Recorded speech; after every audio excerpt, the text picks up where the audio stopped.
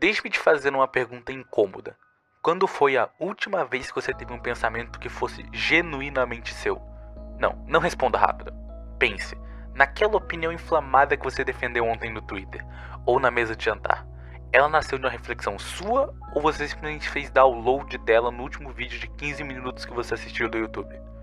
Aquele seu posicionamento político, as gírias que você usa, o jeito que você julga que investe com uma roupa diferente, isso é seu? Ou você é só um pendrive biológico reproduzindo arquivos de outras pessoas? A verdade mais humilhante da nossa era é que nós nos tornamos usuários de próteses mentais. Nós acreditamos ser indivíduos únicos e complexos, os grandes autores das nossas próprias vidas. Mas a realidade é que o seu cérebro já virou um campo de pasto para algoritmos que você não escolhe, mas eles escolhem por você. O algoritmo escolhe tudo. Você não forma uma opinião. Você terceiriza a formação dela para um influenciador qualquer que fale com convicção e tenha uma boa iluminação. Isso também vale para mim. Eu não tô aqui para te dar uma fórmula mágica, eu só quero te dar um norte. Então, não. Nem a minha opinião tem que ser usada para isso. Enfim. E por que nós entregamos a chave do nosso cérebro tão fácil? Porque, biologicamente falando, pensar dói. O seu cérebro pesa apenas 2% do seu corpo, mas consome 20% de toda a sua energia. Você é um primata que evoluiu na savana africana para achar padrões rápidos, fugir de predadores e economizar calorias para não morrer de inanição. Você evoluiu para eficiência, não para filosofia. Quando você tenta ler um texto denso ou entender um conceito complexo que desafia o que você já acredita, o seu cérebro entra em greve.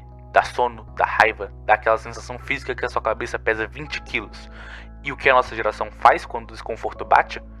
A gente desiste. A gente criou a ilusão patética de que aprender tem que ser fluido, divertido e rápido. Se não for, não é pra mim. Como se o processo de expandir a mente fosse um banho de banheira quentinho. Aprender é um ato violento contra a sua própria ignorância. Se você nunca está desconfortável quando vai aprender algo, de duas uma. Ou você só está decorando, ou você é o próximo Einstein. E as estatísticas não estão ao seu favor. Ok, eu vou dar um exemplo. Para fugir dessa dor de pensar, a gente pega uma obra de uma vida inteira de um filósofo, reduz a um vídeo de 1 minuto com a trilha sonora de Interestelar no fundo, e o cara assistindo acha que transcendeu. Ah, eu entendi Sísifo. Não, você não entendeu Sísifo. Ver um cara falando de maneira articulada por 30 minutos não faz de você um intelectual. Consumir não é pensar, e assistir não é compreender, e repetir não é criar. Nós confundimos estar informados com ser inteligentes. Você sabe a manchete de tudo, mas não sabe o fundamento de nada. E como você não sabe a base, qualquer um que grite mais alto ou use uma falácia lógica bem estruturada te arrasta pela coleira. O mercado percebeu que o indivíduo que pensa é imprevisível, é caro, é um defeito de hardware. Já uma massa que apenas reage a estímulos emocionais é a coisa mais lucrativa do mundo. E é por isso que os debates de hoje parecem um hospício a céu aberto. Pense em qualquer discussão sobre política, moralidade ou até sobre um filme na internet. Quantas vezes você já viu alguém no meio de uma briga dizer: "Nossa, seu argumento é muito bom, eu estava errado, vou mudar de opinião"? Eu te respondo: nunca. Sabe por quê? Porque ninguém na internet está ali para debater ideias. Ou melhor, ninguém em qualquer debate está ali para debater ideias. Carl Jung dizia: as pessoas não têm ideias, as ideias que têm as pessoas. Nós paramos de ter opiniões e passamos a ser as nossas opiniões. Quando a sua visão sobre a economia ou sobre a próxima pauta social importante se torna a sua identidade, questionar essa visão deixa de ser um exercício intelectual e passa a ser uma ameaça de morte ao seu próprio ego. Se você prova para um fanático que ele está errado, ele não fica mais inteligente. Ele sente que você tentou assassiná-lo. É por isso que os debates são apenas um coliseu de ventrílocos, bonecos ocos reproduzindo gritos de guerra que ouviram em algum lugar, lutando com unhas e dentes por causas que eles não sabem explicar, apenas para provar que pertencem a uma tribo. Nós chegamos a um ponto que o próprio silêncio virou nosso maior inimigo. Se você entra no elevador por 15 segundos, você saca o celular. Se você vai no banheiro, leva a tela. Nós não suportamos o tédio. E a ironia é no tédio que o pensamento nasce. É na lacuna entre um estímulo e outro que o seu cérebro processa quem diabos você é. Mas nós assassinamos o silêncio.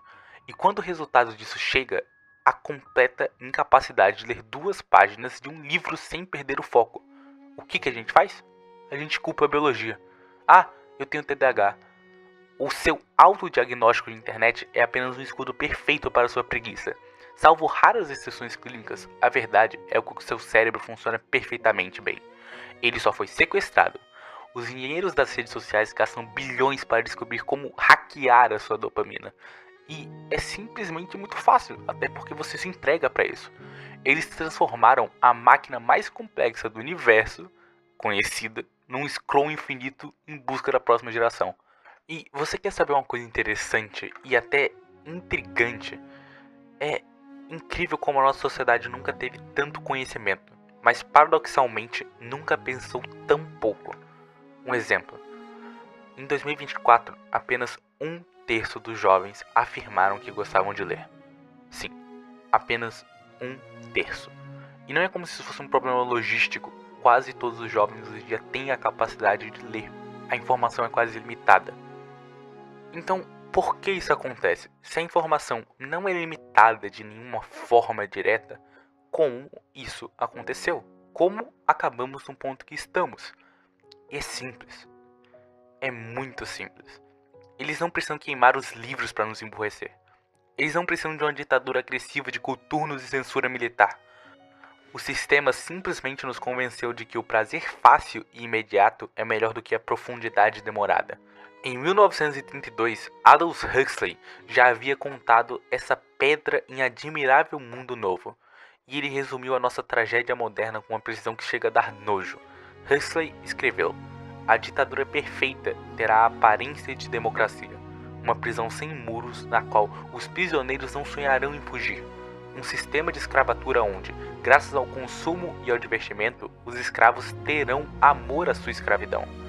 Essa é a sua vida. Eles nos deram tantas distrações, tantas séries, tantas trends e notificações, que nós mesmos jogamos o pensamento crítico no lixo em troca do conforto. E nós amamos essa servidão. Mas o conforto é o anestésico dos escravos. Você não nasceu para ser um ponto de dados num gráfico de engajamento. Você é um primata num universo cego e indiferente, com a rara e aterrorizante capacidade de entender a própria existência. Você precisa retomar a sua mente o mais rápido possível, antes que o algoritmo termine de mastigá-la. Você deve estar se perguntando: ok, o que eu faço com isso? Eu tenho que virar Aristóteles e ler filosofia 12 horas por dia? E antes que você revire os olhos, não.